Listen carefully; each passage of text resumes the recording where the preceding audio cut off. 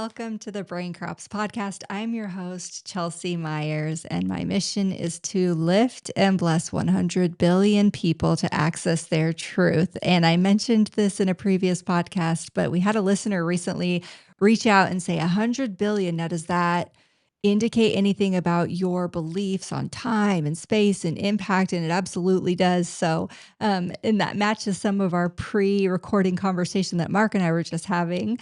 I am so excited to have Mark. Will you please say your last name so I don't butcher it? I meant to say before, is it Mark Sadovnick?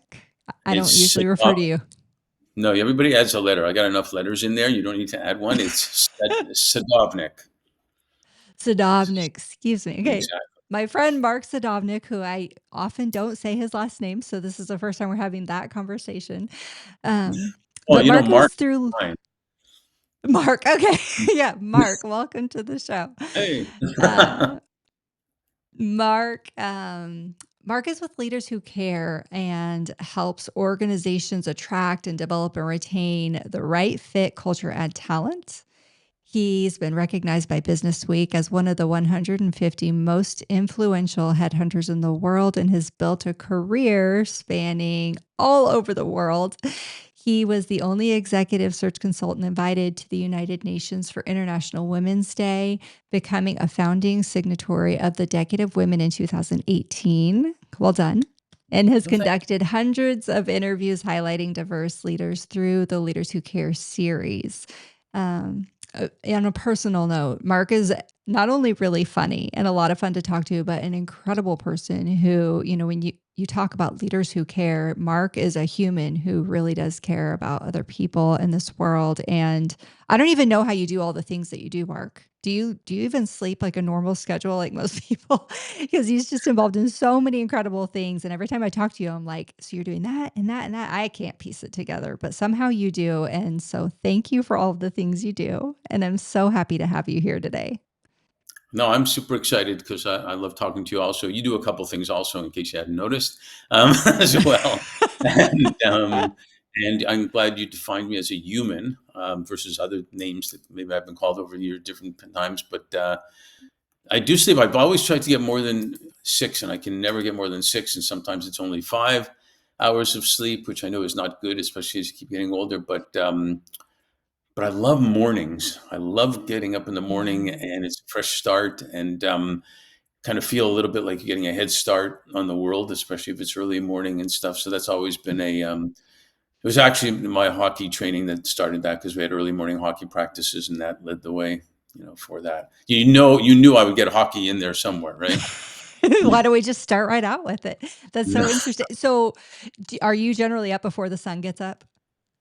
Pretty well, yeah, pretty well. Uh, During the week, I'm usually up, let's say 5 a.m. or something like that, and on the mhm. weekends, I'm down by the beach, the latest 5:30 in the morning, like exercising and walking and stretching and whatnot, and then we call it balance it out. Hopefully, don't screw it all up by having lattes and Danish and whatnot with friends after that, and just chatting it up. So beautiful. It's one of those things where you actually have to experience it because otherwise, you're laying there in bed and your bed just feels so inviting. But a day or two of getting up that early and it actually becomes almost addictive. The There's an incredible energy and experience that you can only get at those, some people might say like the veil between where it's, right before it gets light outside and right before it gets dark at night. They're really beautiful times.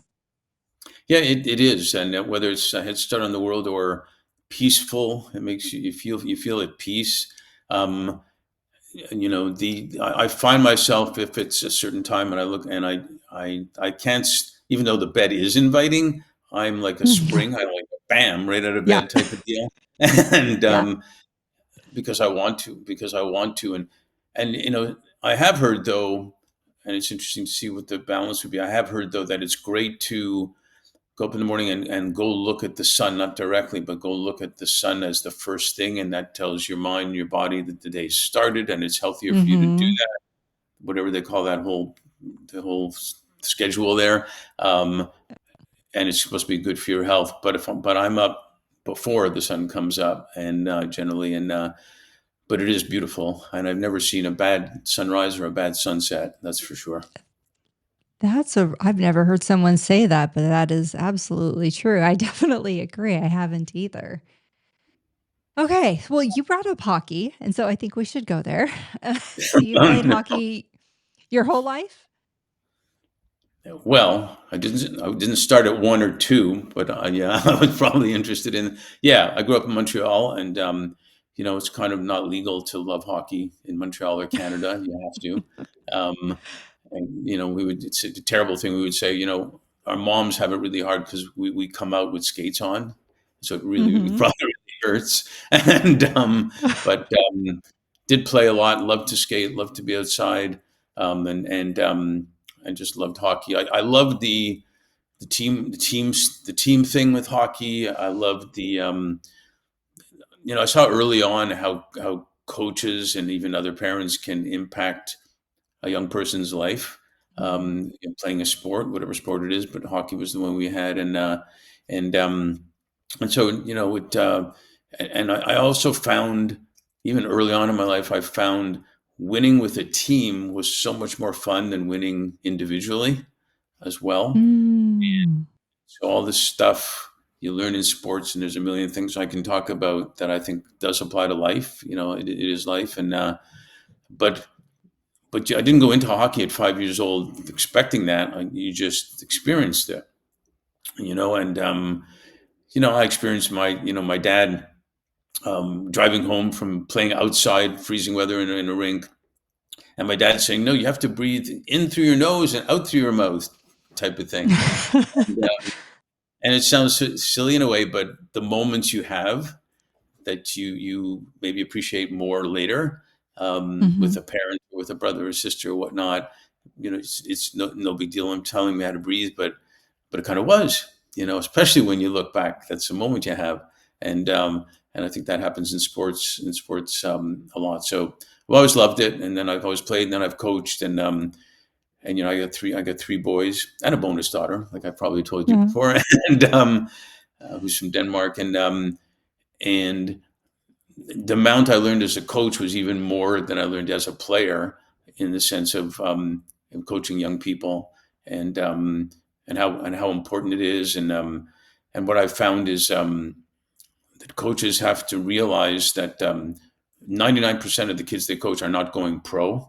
So Mhm. what are we doing coaching them? We can't just be coaching them how to skate and shoot and stuff. There's so much more that can be taught in sports at the same time that doesn't take away from what they learn in school, but is absorbed differently when they're in playing sports and on a team with other players. And there's different things they'll learn that they won't learn in school. And I think I've always thought we should take more advantage of that and capitalize it, to to to educate our youth. Yeah, that's really similar. So I spent about a decade in the public education system, and I was building a program for primarily for autistic students. And the way that you approach different learning objectives and activities, to your point, many of these kids aren't going to go pro. Well, many of these students are going to experience that activity or that learning objective very differently than some of their peers. And it can be, I can respect what you're saying as, I learned so much more as a coach because it can be as an adult. In my case, I was building a program and then supporting the adults who would roll out this program. And sometimes it was more challenging working with the adults because there's such a shift on their expectations and the benchmarks that they're thinking need to be hit to decide, are we making progress, are we not, what types of interventions do we need to put in place, because you're not talking about the kid who's naturally gifted in becoming the pro hockey player, and in this case we were talking about children who were going to experience and then execute those activities and objectives differently. They were experiencing them and they were definitely making use of them. But I love what you said about integrating, what are we really teaching here?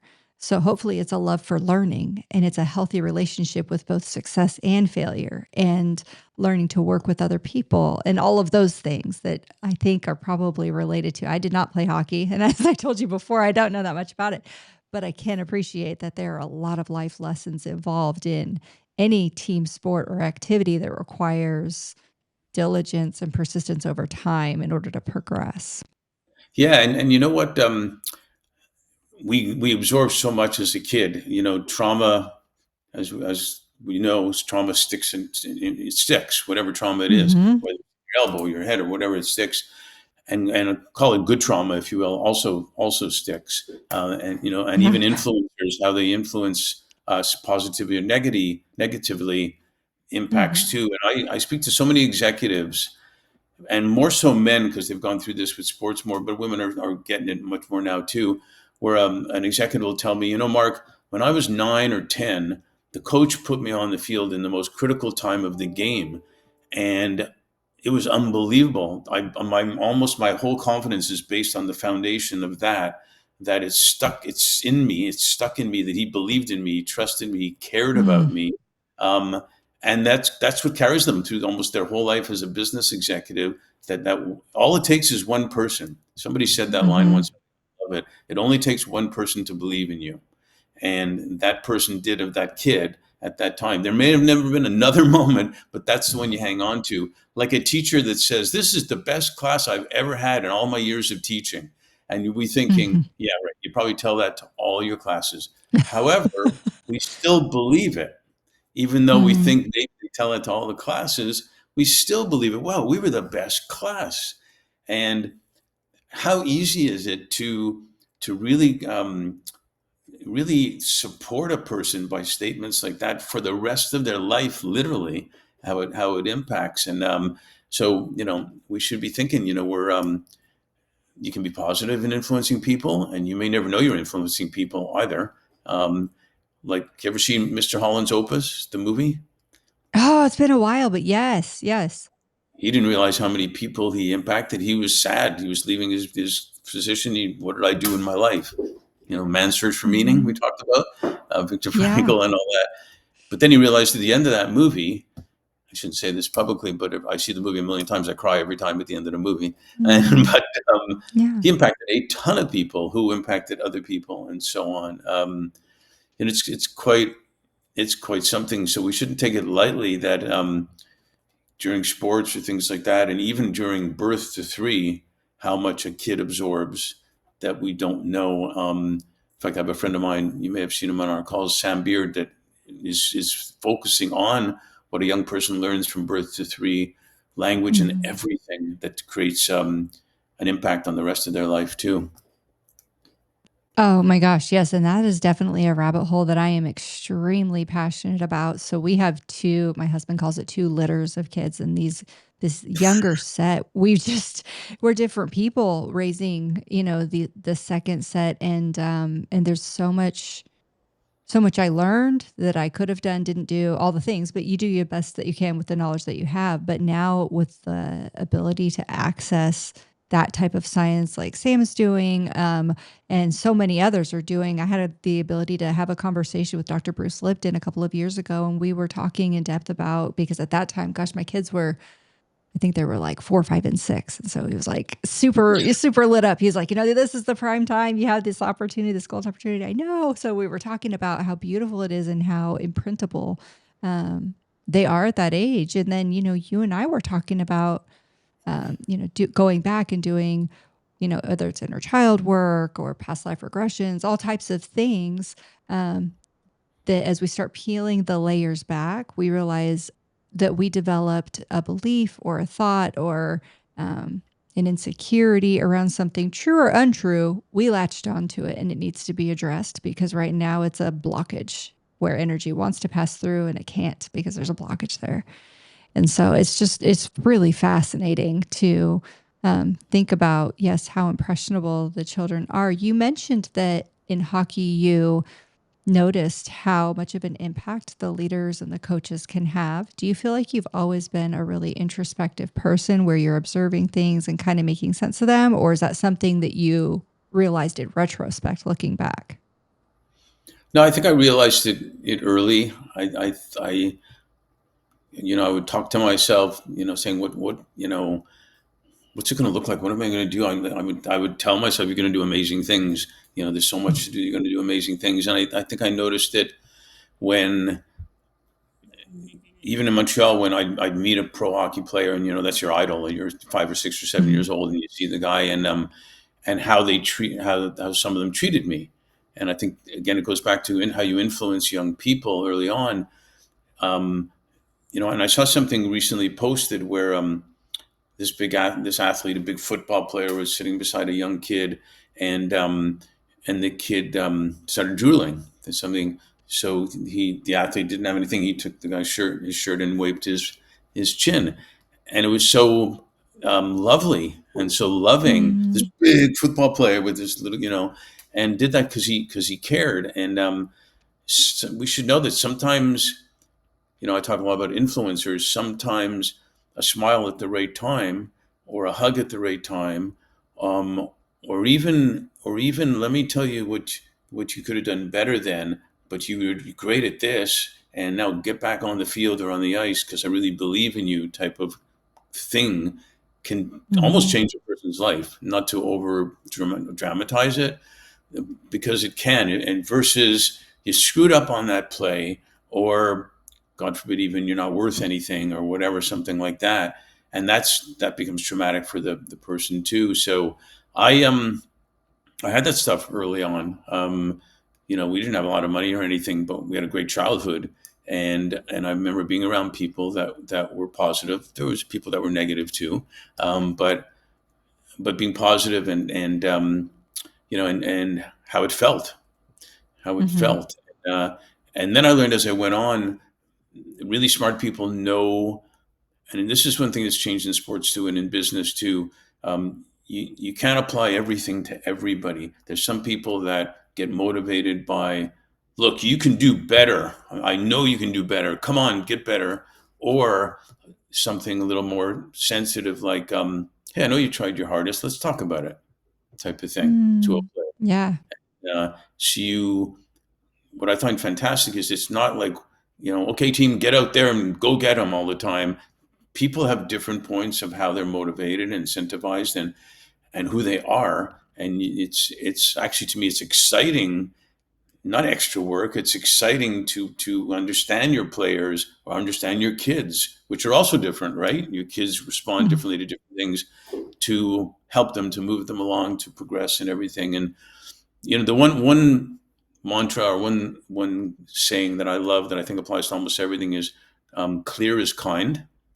The Mhm. clearer you are with people, the kinder you are. So if you're clear with your kids, whether it's tough love or not, you are being kinder to them, and eventually they do see that and they believe it. Same thing with a Mhm. player.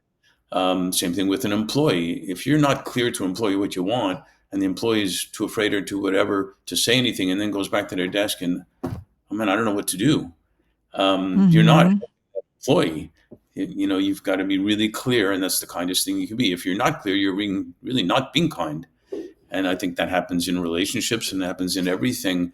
The clearer you are, the kinder really you are, and the more you're helping people. And this isn't rocket science, actually. No, you're absolutely right, and, people notice, so, I mean, I'm thinking right as soon as you said that, I thought of my 7-year-old, and he not only wants to know, but I have a feeling, I mean, they're so brilliant, and they pick up on everything, um, we homeschool, and so if he's doing something and I want to, help him understand that there's another way or something to add to what he's doing, and I share that with him, I can see him light up, and I can only imagine that if I withheld that, either assumed he couldn't take the critique or didn't take the time to give him the critique. What I'm inadvertently doing is sending him the message, you can't get this, or I don't want to handle the process of you getting this. And they're going to Hmm. pick up on that. They're going to pick up on that. I don't know if you've had the opportunity to listen to the telepathy tapes. They're just incredible. But the No. telepathy tapes, highly recommend it. But they follow researchers as they are engaging with different nonverbal autistic individuals.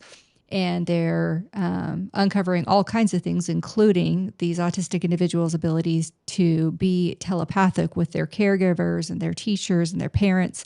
And one of the little girls speaks via an iPad or a letter pad, and she can do the telepathy with her mom easily, 100% every time. And then they try to repeat the experiment with her dad, Um, and she's only right some of the time, not all the time. And peeling back that onion layer, the little girl ends up saying, you know, we can do it all of the time, but you have to believe in us. You have to believe. And so that's just to what you're saying here. If we're being clear with each other, whether it's children or it's adults that we're leading or it's athletes out on the field, we've got to give people the opportunity to understand what's available to them. And if that's, you know, a healthy critique, or that's, you know, can we revisit what just happened here, you know, or, hey, I see an area of opportunity for us to work on something here. We've got to make that available and then be willing and open to hear what the response is from there. Yeah, I love that because I love that, and it makes so much sense. And I'm not the science guy, Bill Nye the science guy. I'm not him, um, but it makes total sense. So you know how sometimes you get couples that can read off each other, no problem. They know what Mm-hmm. the other one's saying, type of thing. That's not necessarily telepathy, but or what you find out with teams that play sports that win championships, they trust and believe each other so much they don't even have to talk on the field and the ice necessarily. They know exactly what's going to happen. Now, part of it is repetition of plays, but a lot of it is they just feel and are in Mm-hmm. communication with the other person. And I think Yeah. what you're saying, and it could, maybe it's just like we talked about, or you talked about before, but energy being blocked Mm-hmm. for getting in. Maybe that trust, that kindness, that belief um, just opens up the whole thing for that telepathic, that message, that feeling, that whatnot, to get in, whatever it's called, to the other person, because you're being open to it, because you're being open to it because you trust the other person cares about you, and Mm-hmm. it's going to be good, even if it's hard. It's going to be good for you to hear it. I think it just opens up so many things, including, I'm not going to say world peace, but including that, because listening listening is an underutilized skill set these days, and people don't listen enough. And when they are listening, they may not be listening very often. They may be just waiting for the pause so they can get their own stuff in there into the conversation. Mm-hmm. And I think maybe that's tied into to listening, because you listen to people that generally that you think are going to offer you something that's something good or whatever. And if Right. and trust develops, relationships develop, they don't just happen. So if you learn to trust someone, you're more open to listening to them. And if they tell you something hard or constructively, that maybe would be looked upon negatively, isn't, because they've been clear and kind to you before and you know where they're coming Mm-hmm. from. So I think it's just fascinating that blockage of energy just opens up, way easier. And I think it does apply, I think, to kids and players on a team, and it'd be nice if it applied to politicians, and everything. And so, yeah, I remember when COVID was going on, and I got birds outside the house here, and they make some noise. But when COVID was going on, I said to somebody, "Man, it sounds like the birds are singing opera together. They're like so happy, like they're saying, I don't know where all these humans are, but this is awesome." um, so it's an energy thing, and one of my favorite topics too, and not to go on a tangent, is you were talking about people communicating and whatnot. Yeah. Dogs. There are doing studies right now that dogs are communicating with us, trying to way more than just a lick or a tail wagging or other Mm. things. And they've got a lot to offer in obviously their love and their loyalty and their being present and all that stuff. And they're doing studies on how they're trying they're communicating more. We're just not getting it. Oh, yes.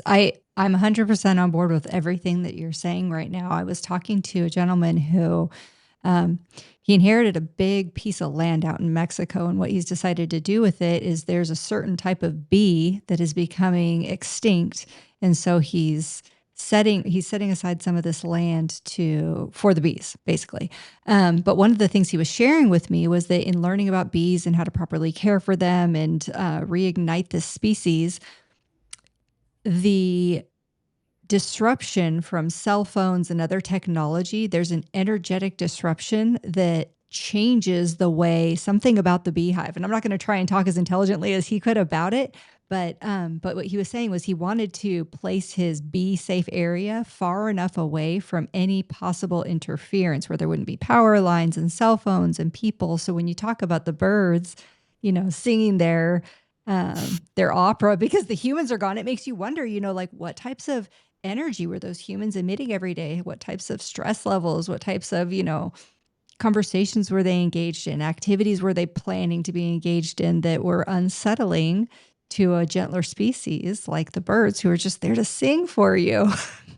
Yeah, I think, nature has it all. We don't have to screw around with it. It knows exactly what it's doing.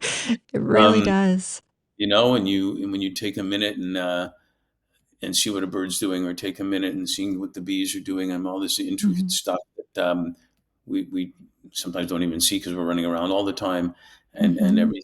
And I think Mother Nature. Do you ever see the movie Moonstruck way back when with Cher and It was Nicolas Cher. Cage? Yes, yes. I can even He like picture the movie case, and she's like, posing by the Yeah, moon. and in the movie, he says he's falling in love with her, and she slaps him and says, "Snap out of it," type of thing. I think that's what Mother Nature had in mind during COVID, Uh for us huh. to take a breath and like snap out of you're like running around like maniacs Yeah. and listen to those birds, watch what the bees are doing and this and that. I heard something about bees the other day too. How you have to have the queen bee. That was where Hmm. feminism started, obviously, was I guess with the bees because the queen's in Okay. charge. I don't Yeah. know. um, but it is interesting. It's not a male bee; it's a queen bee, right? For some reason, Hmm. but something about they said if they didn't have an official queen bee or whatnot, there's a special part of the honey that the bees give to that bee to be the queen bee. It was absolutely incredible. I'd never seen anything like that. I know anything like that before, but something that they do, they know they have to do to have the queen bee because they need the queen bee to lead. So go, Wow. all this stuff. And we talked about special moments before. It triggered something. There's a show that was on NPR called Prairie Home Companion for years and years and Hmm. years and years. And I've seen a couple of them live and everything. And um, just really quickly, I just remembered it. I saw this. There was an Irish rock singer that was on the show, and he has this song he did that he said every time he would go back to visit his dad in Ireland, and he'd get in the truck, and his dad would do what he usually does: sing the wrong words to the song. And we've On all done purpose? that. Yeah, no, you just think those are the words. You Okay. don't know the Okay. words, and Yeah. you sing them. And it just, I've done it. I think most people do it. You kind of think you're Yeah. saying the right words, but you're not. And he said, "Dad, you're on those wrong words." And he would say, "No, I'm on the right words." He said, "Dad, I'm a rock singer. I know what the words are." Well, you don't know this song because it's the right words, and they're arguing. Uh-huh. Later, he says, his dad passed away, and the things that he wrote a song about. The thing he misses the most is arguing with his dad in the truck about the words in the Mm. song. You know. Yeah. Yeah. That is so beautiful to realize, and I try and use that sometimes with my husband. I was like, if something happened to me, but of course he knows I'm going to live forever.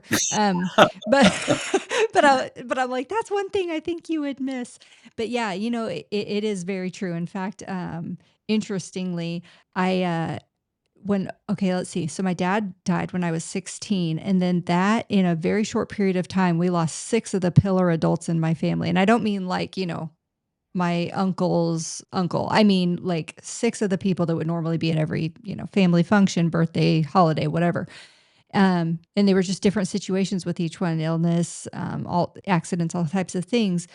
But in a really short period of time, you do start thinking about, okay, what is the point of all this? Back to a man's search for meaning, and what is important. And some of those things you learn that are irritants at the time are actually really precious. And I think that that's a really good point that you bring up. Yeah, it hit home. It hit home for me. All the nothing's that important that you have to keep hating somebody over it or whatever, or arguing with somebody type of thing. It's all moments, and Mhm. it's really good stuff. And not to, this isn't a business pitch, but what we do, our core business is we help our clients who retain us bring them the best talent, the right fit talent that Mhm. you, the right fit talent, the right fit culture add talent. And the reason we say culture add is because the right fit, like we talked about, there's different ways of motivating different people on a team, or kids have different ways. You Mhm. can't just right fit means too much like you're exactly like everybody else. It has to be Mhm. the right culture add. They're bringing more to the table that challenges, that brings different ideas and whatnot, not just it's the fit of what we want to be like because this is who we are type of thing. And and I find more and more that, especially younger people, which is great, even though I'm getting tired of saying younger people all the time because that means I'm not there anymore. But but Us younger people. Yeah. yes, that's younger. You're right. Um, are looking for experiences, not years of experience now, which Mhm. is spectacular. And I remember interviewing at a college, Deloitte, and this and that, and we were looking for the job and then learn something and then move up in the company and da da da whatever type of thing, Mhm. and hopefully more than that. But they're looking for experiences, and they're looking for, not to be cute, working with leaders who care about them making money and having experiences and having purpose. They don't want anymore, they won't take a job where it's just about the making money, or it's just Right. about having purpose and not making money. You need to have both type of thing, and that's what real leaders care about. And that's how you keep great people too. Um, and caring about those people, a lot of times, and I've seen it with executives, they know every name of their employees. Not if there's Mhm. 10,000 or 400,000, but in general. And they'll know Yeah. more about, just like the coach knows Joe needs motivated by this and Jane is motivated by that type of thing. That's to me what makes teaching, coaching, and all that even more cool, because you're really getting personal with people to know, what's good. Um, and I think it's so important today that it's not everybody's painted with the same brush. We are different human beings, and there's different ways of dealing with people, and it's fantastic. And we should make things more personal. I think these days, to really feel the impact. A good example, not to go negative. We just talked briefly about there's another shooting that happened at a school. Mhm. Um, it shouldn't be okay when only the news says only two people died this time. Oh, I guess that's okay. Versus a Mhm. thousand people died. Oh, it's a bigger deal. Um, we should take things more personally, not because it makes us feel bad, but because it makes it more important to stop it from keep happening, and also makes it better for us to do better. If one person is killed somewhere, well, what happens if that's your parent, your this, your that, or whatever? And not to make you feel sad, but maybe think about it at least for 30 seconds rather than being numb to it. That this Right. is terrible. I think that type of learning helps us be better, helps us, okay, what do we have to do now to make this better? How can I interact with, whomever in these scenarios, and that even in politics, how can we stop for a second and think, okay, we disagree on all these things. We agree on the solution. Let's get rid of all the titles, the categories, the things we hate about each other, and we need a solution. And let's just do it. That's what really caring is about. That's what great coaching is about. I think that's what great everything is about, parenting and whatnot. And I think everybody really wants that, but we're just so stuck on our stupidity or whatever. Mhm. Anyways, not to go on a tangent, but I think that's all ties together. So, no, that's actually a good tangent to go down because one of the things as I was listening to you talk that I wanted to ask was, you know, let's define that a little bit. What common pitfalls do you see leaders having when they're trying to embed genuine well-being into their cultures? Well, one thing they'll complain about is quarterly financial reporting, especially if they're a public company. But even a small Mhm. company has to report to their board and even report to themselves, type of thing, even in a company. And you have to balance short and long term thinking, and even for your employees. So if you have a salesperson or any person in your company, and you're evaluating on the quarterly evaluation. It used to be annual evaluation, which is way too long. So many things can happen. Um, Mhm. really good leaders look at what was the effort. Let's be really simple. What was the effort that Jane did in this first quarter, even though it didn't result in some positive financial this or that, but really going into it and seeing what Jane did, and maybe it's going to do double, triple, quadruple in the second quarter because of what she did in the first quarter. Mm. That's a basic thing. If you really know what's going on, if you fire the person, oh, you didn't hit it this first quarter, bam, or or a player, going back to a player, or even a kid, you messed up. You messed up. You're an idiot. Mhm. Go to your room. You're not playing for the rest of the game. Da, da, da, da, da. Sometimes you might need that, but not. But the better play and the better, or you're fired. The better Right. ROI on anybody is the clear as kind thing. You know, you messed up on this. Let's look at what happened. Um, and you give this what happened, and you go through and whatnot. Okay, now get back on the field, get back on the ice, or to your kids, I love you. Let's go. Let's take it a different direction. Let's read a book together. Let's do something. The ROI of that is so significant, rather than putting that person down or firing that person, which then means you got to that person has to come up somehow, and maybe it takes a long time, or you fired a person and all that knowledge and all the everything that happened, and bring in a Mhm. new person who knows what's going to happen with Right. that, and pay fees to do Right. it, etc. And it's like ridiculous. It's so much easier, even though it seems harder for some people to get that better ROI, knowing the person. And a player, and so will a kid, and so will anybody who knows the coach really believes in them and cares enough to tell him or her what's right or wrong, the clear is kind thing. That's the kindest thing you can do, is tell them what they Mhm. did right or wrong. How can we make this happen and whatnot be better? And the example I gave before, and then put them back on the field, put them back on the ice or put them back on a horse because they fell off the horse, that Right. infamous thing. That player or person's going to be so loyal and do Yeah. everything for that coach or their parent that believes in them and trusts them, that your ROI is going to go through the roof.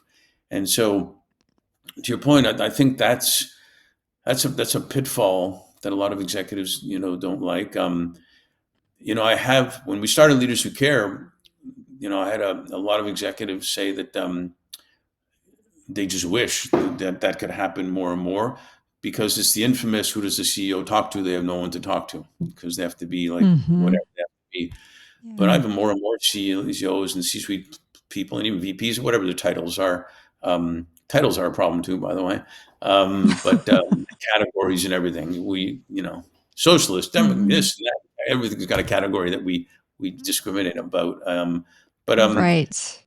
especially men that have told me, man, it's so great that I can actually be emotional now around my employees, and I can be vulnerable, and I don't have to pretend to know everything anymore. I don't know Yeah. everything.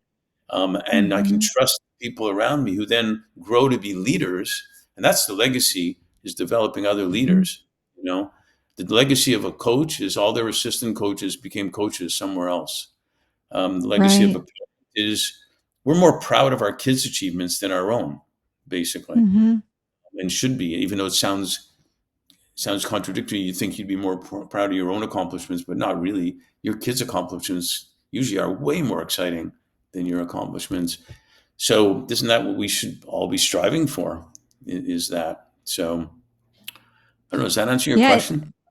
it does, and it can be a really good litmus test because it's not for everyone to be a leader or be a coach or be a trainer and then be okay with the way you get your accolades is by watching the people that you taught go and succeed. Some people actually need the direct pat on the back, and that's okay. It's just knowing what it is that you are seeking and what brings you satisfaction and joy in the work that you're doing, and then going after those. Well, we don't even have to have titles and roles, but if we did have titles and roles and categories, going after one of those that better suits your areas of expertise and your talents, as well as what brings you satisfaction and joy in your contribution.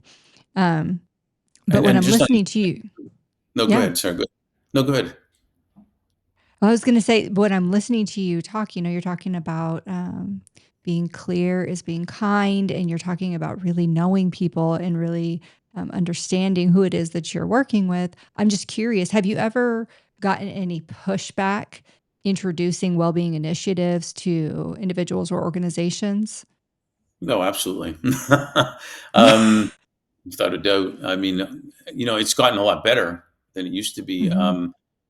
Um, well, I'll give you one example of an organization, and then when I first started Leadership Care, and I've been recruited to a big firm, which I didn't really want to go to because I didn't want that, but I did, and to grow an office and everything. Long story short, one of the last things I did for them was a global conference recognizing leaders who care. So Hmm. we recognized the Girl Scouts, we recognized participant media. We've done a lot of movies on women and stuff like that, and then individuals. Hmm. After the whole conference, some partners came up to me and said, "We're really having kind of a trouble and with the word care. It's really too intimate for business." And I said, "Really?" First of all, because I said, "This is what I do. We work with leaders who care, or at least want to care." And Hmm. I said, "Okay, well, then this isn't really for me." And I ended up selling my share in the company. But I also said to them, I said, "I'm sure glad you told me that because I was about to start using the word love, and that would have probably drove you crazy." Um, you know, and so there's a couple Yeah. of jaws dropped and said, "Yeah, you're probably right." It would have. Uh, So there was that, but certainly there's been certain organizations, and it's evolved. I'll give you another example. When I was with Deloitte, I had a lady that was fantastic that had 5 clients. We started an audit. That's where we always start, and I worked on 3 of her clients with her.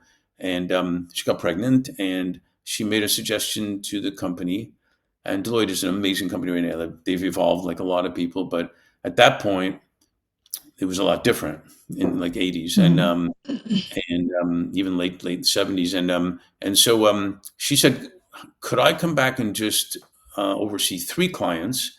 Which they would never know any difference because I they were her clients when she had 5. They'd get this Mhm. exact same service they got, and just transition 2 because I don't want to work full time. And they said, "No, you're either in or you're not. That's not how we do it," type of thing. You are you in to become a partner or not? It's going to do the whole thing. And I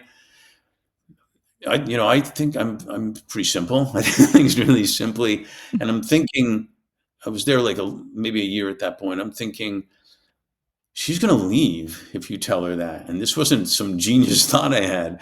She's going to leave, and then you're going to have to 5 companies instead of 2. So even just Mhm. for business, if you don't even care about her, just for business, it doesn't make sense. But she left because they Oh. wouldn't, and Mhm. which I was really sad about because I loved working with her. And Mhm. again, it doesn't take a genius to figure out that was an individual, right? We were talking about individuals before. Yeah. What does she care about? What is it? And how do we make this work for everybody, including our clients? How do you make this that it's good for business? The 3 clients that lost her also now they're ticked off too. And like we said, Mm. a new person that has to come in, etc. So I think we learned a lot over time. Again, you have to look at the human, and you have to all the humans that are involved in that circle and see what happens. And certainly well-being for a long time was like, this is fluffy. It's actually coming back a little bit in the States now with diversity. You're not supposed to say that and things of that nature. Mhm. Um, God forbid diversity. Oh, that's terrible. Um, but certainly there was a point where, be a man type of thing, or Mhm. all these things. And I can tell you how many board things I've been in where I'm sure you have too, where a woman says this, the man says the same thing, and they heard it when the man said it, and not when the woman said it. And um, I remember, I like to remember the positive ones where they Ryder. So Ryder, RYDER, they were Ryder Truck way Mhm. back at the beginning. They were a Yeah. large company.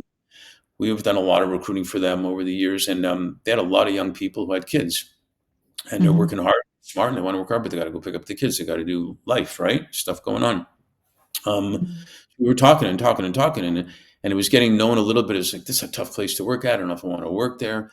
We always have to look at people from out of town because they don't know. Then it's that, whatever, to come. Mhm. So, holy cow, someone suggested, well, maybe if they didn't have to be away from their kids, and how about we put a daycare center at world headquarters?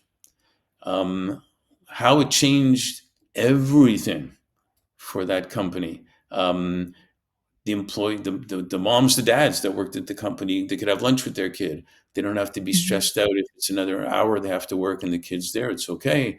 Da, da, da, da, da, all the things that come from that. The kid was better because they were getting daycare. They were getting daycare paid for, and they saw their parent or parents, and the Mhm. parents. This is brilliantly simple, actually. You know their Yeah. ROI on building that daycare center that cost money to do?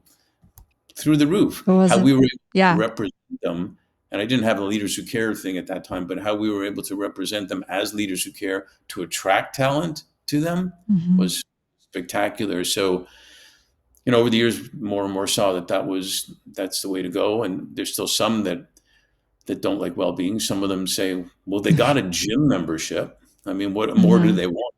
And it's interesting. They thought the gym membership will work out.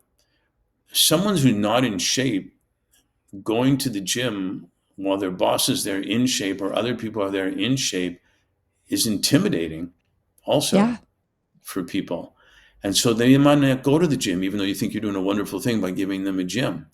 So you got to think about humans. You said I was a human at the beginning, right? You got to think about Mhm. humans. And and they're going to they're going to be left out because they can't go to the gym. It might have been good intentions, but they can't because they don't feel comfortable. Maybe there's another way, to take care of them. Maybe everybody goes for a walk, whatever. Um, so it's become much better, but a lot of times, especially when they're cutting costs, it's not a profit center, right? And if it doesn't show profit, Right. they'll cut, and that's unfortunate. But you just got to care. Maybe I'll trademark Yeah. that. Leaders who care. Maybe I'll do that. You just Yeah. gotta care. You do just have to care. It's like not that I fudging it can complicated. be yeah, it could be the tagline for the leaders who care, which is already trademarked. Exactly. Um, uh, you know yeah, and I love what you're saying because I've built a couple of healthcare companies, one of which I'm still the face of, and so I've had my fair share of being a part of conversations and exit interview type situations. And by and large, people aren't leaving for a job that's closer to home or one that pays more money. To your point earlier, they're leaving because they are having an experience that they no longer want to continue to have emotionally. It is an emotional experience. They don't want to gear up for it anymore. And so when you combat that. I loved your example of the daycare because that just eliminates so many things, about, first of all, in the morning, the time. I was a single mom for 11 years, so I'm very familiar with this schedule, trying to get from point A, which is wherever you're bringing your child, to point B, and then getting everything done effectively so you can get back to point A. Because there's times, there's you only can drop them off so early and only can pick them up so late.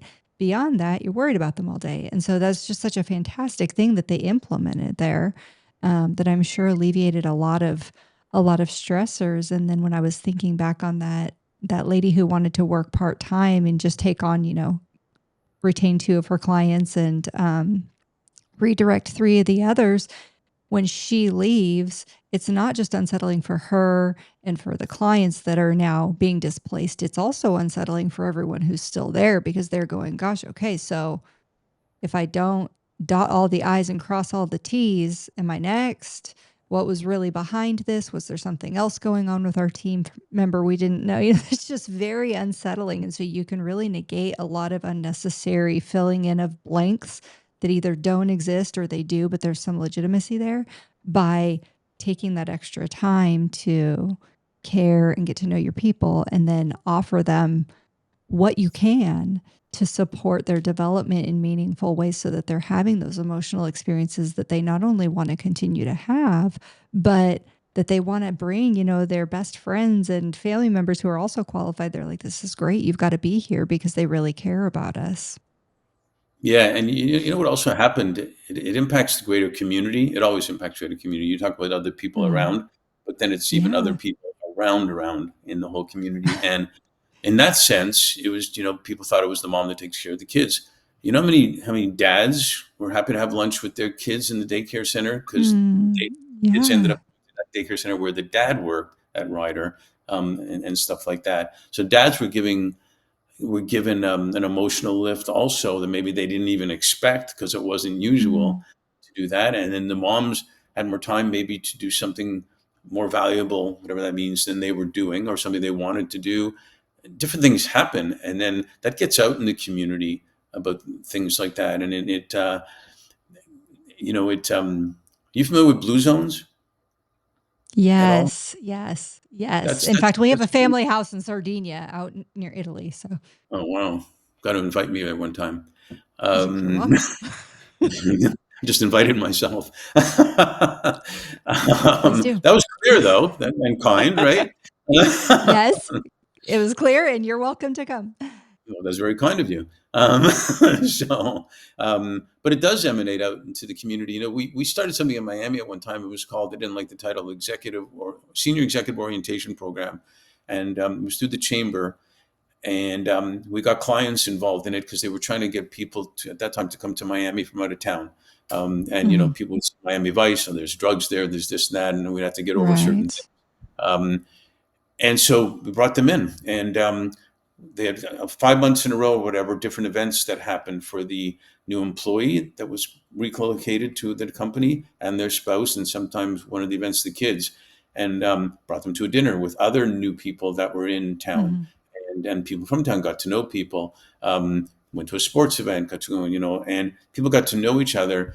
Before you knew it, people were sending notes to people, or on the internet saying, "Well, Miami's great. They're so welcoming here, and the Mm. company's great. They got us to meet this person and that person, and especially because in relocation, one person's relocating for a job. What is happening to the spouse or partner? Are they leaving a job Mhm.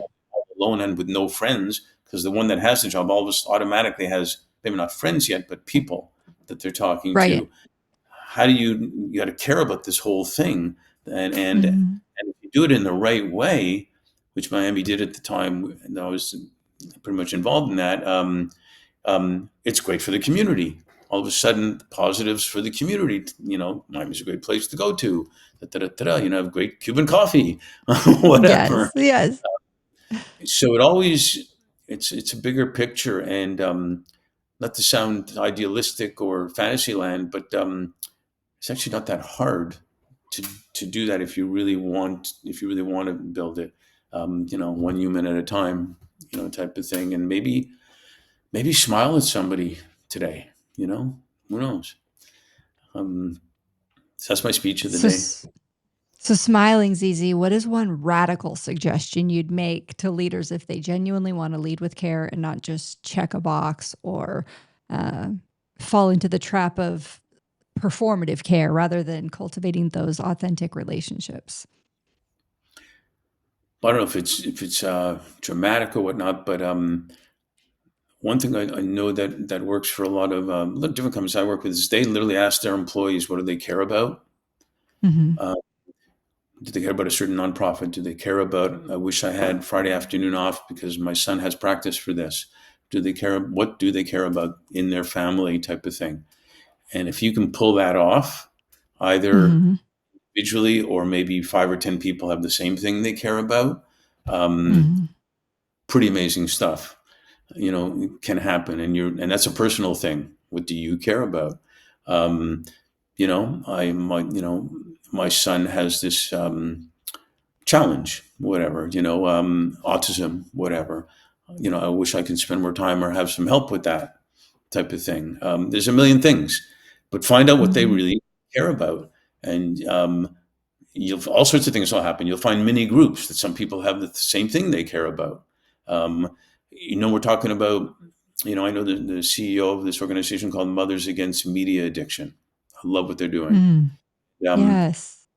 it's a concern all parents have these days about they're addicted to the media. Mhm. I bet that would be something that certain parents would say, I wish my kids would get off that stuff. And all of a sudden you find 20 parents wish the same thing, and they get together in a community to support each other so that they get their kids off it for a while, and maybe they do Mhm. stuff all together as a community to make that happen. All sorts of things could happen, you know, and maybe they want Florida Panthers hockey team to win the Stanley Cup for the third time in a row. That'd be my Maybe. choice. Whatever. So Well, speaking of the younger generation, because I know you do a lot of work with emerging leaders, and so as we're wrapping up here, what is one thing that you would love for future generations to remember? What is the legacy of leaders who care? what would the young people want to remember? Is that the question? Yeah, what do you want the young people to remember? What little nugget would you want to instill for them?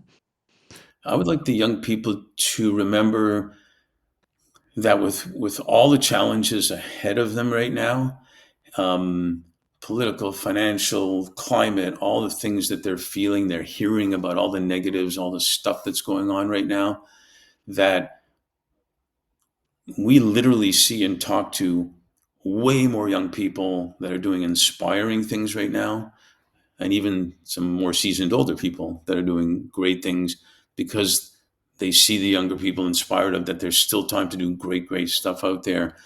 I want them to know that they don't have to be overtaken by all the negative crap that's going on.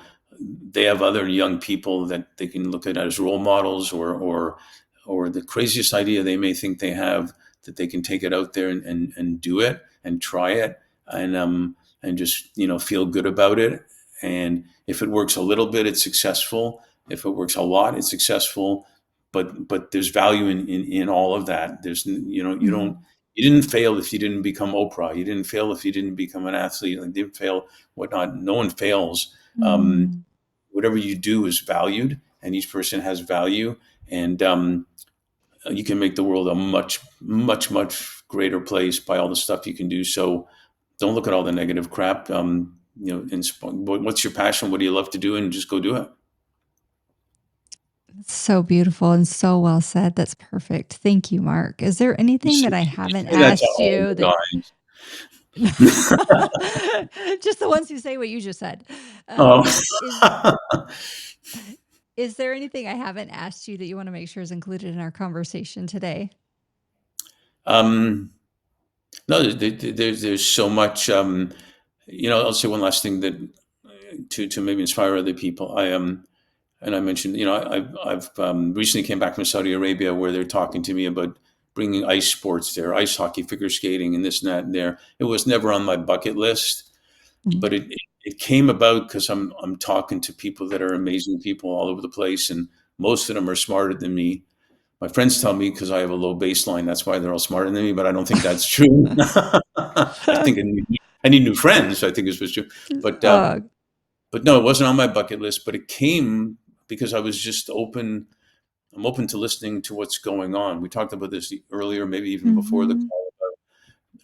We shouldn't be blocked. We shouldn't have any blockage as to listening as to what's happening out there. Young people are doing amazing things, and to be motivated by that. And if something comes up like, let's talk about ice hockey and whatnot in Saudi Arabia in the desert, um, hey, why not? Let's talk about it and see what that right. means.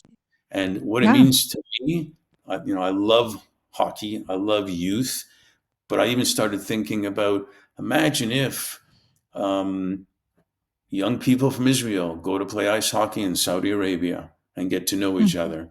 Imagine if people in Saudi Arabia end up coming to Canada and talk and whatnot. Stuff I did as a kid, even when I played hockey, mhm.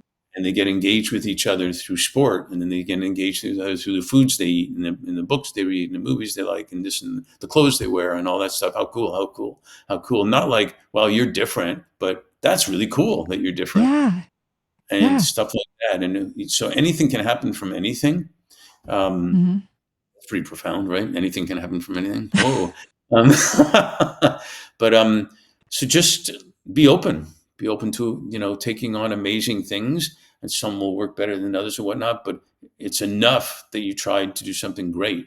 And that's what leaders who care do. They care to make a difference, and they care about other people, no matter what. So So, Well, you are definitely making a difference. And the work that you do is so beautiful. It jumps right off the screen and right into your heart. I remember actually when there were all of the fires going on and you still somehow had your call and you came on and you were just as delightful as always, as heart-centered as always. And I'm going like, wow, for you to put that aside for a greater purpose, which is just true to your character, what you do is it's just so beautiful and wonderful. And so thank you for what you're doing, Mark.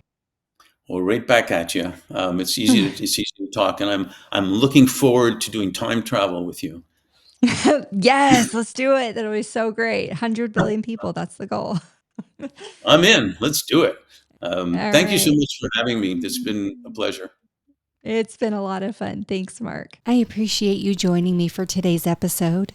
Be sure to rate, review, and subscribe to the show for access to additional coaching tools, as well as more episodes to help you create the life you truly desire.